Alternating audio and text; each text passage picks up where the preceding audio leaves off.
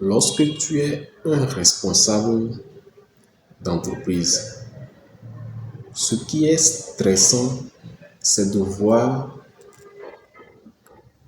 que ta trésorerie est négative. Ça veut dire que tes décaissements dépassent tes encaissements. Je vais te proposer quelques solutions pour pouvoir pallier à ce problème dans ta société si ceci est répétitif. La première solution pour ne plus avoir une trésorerie négative, c'est de discuter des délais de paiement plus longs avec tes fournisseurs et de raccourcir les délais de paiement auprès de tes clients. Qu'est-ce que je veux dire par là? Si tu as des fournisseurs, supposons que tu achètes des matières premières, bien des marchandises, et que le fournisseur te dit, dans 2 semaines, il faut que tu me paies. Il faut discuter avec lui. Même si c'est une semaine d'ajout, c'est en entreprise, une semaine d'ajout pour payer le fournisseur. L'argent là, tu peux utiliser ça pour faire tourner la boîte. Quelqu'un qui est dirigeant d'entreprise sait de quoi je parle. Une semaine pour une entreprise, pour payer, c'est beaucoup. Et de la même manière, si tes clients devaient te payer dans une semaine, dans 5 jours, tu essaies de discuter avec eux afin de réduire ce délai. Si c'est une semaine que le client devait, dans une semaine que le client devait te payer, tu lui dis, ah, vu quelques difficultés temporaires, au lieu de une semaine, nous vous proposons 5 jours. Le client va dire non, 5 jours, c'est pas bon.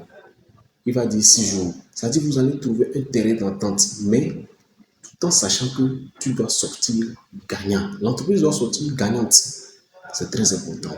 Ça, c'est la première des choses. La seconde des choses que tu peux faire, c'est d'augmenter tes efforts de vente. Il faut mettre un système marketing en place afin de pouvoir vendre. Il faut savoir que le marketing, ce n'est pas la vente. Le marketing, c'est l'ensemble des actions, des moyens que tu mets en place pour pouvoir vendre. La vente, c'est le fait d'échanger un bien ou un service moyennant une redevance, c'est-à-dire moyennant l'argent. La vente, c'est direct, c'est le B2B.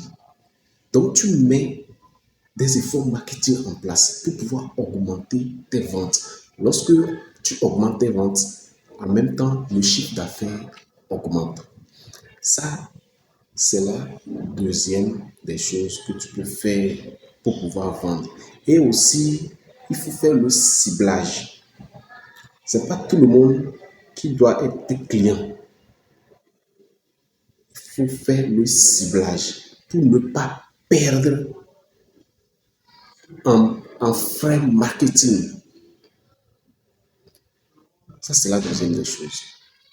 Donc, quelqu'un qui fait ça, qui le plus souvent a une trésorerie négative, petit à petit, il va voir que sa trésorerie va s'améliorer.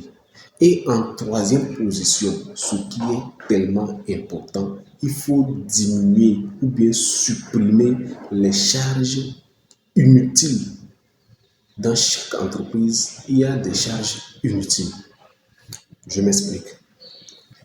Un directeur, par exemple, qui a 2 voitures de fonction, c'est des frais.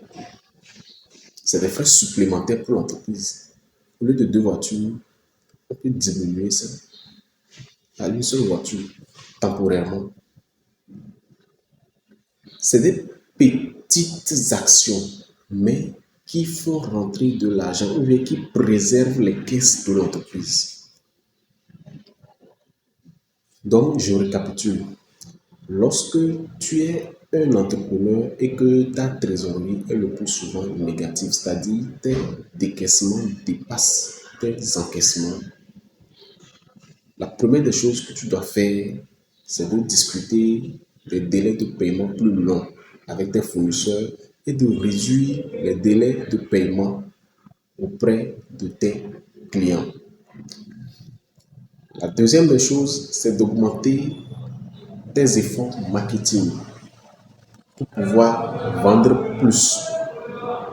Qui dit vente plus, dit plus d'argent dans les caisses de l'entreprise. Et la troisième des choses, c'est de supprimer les dépenses inutiles.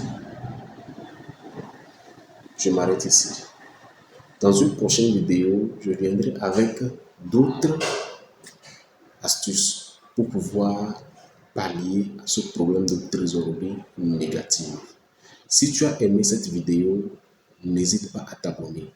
Partage-la massivement. D'ici là, God bless.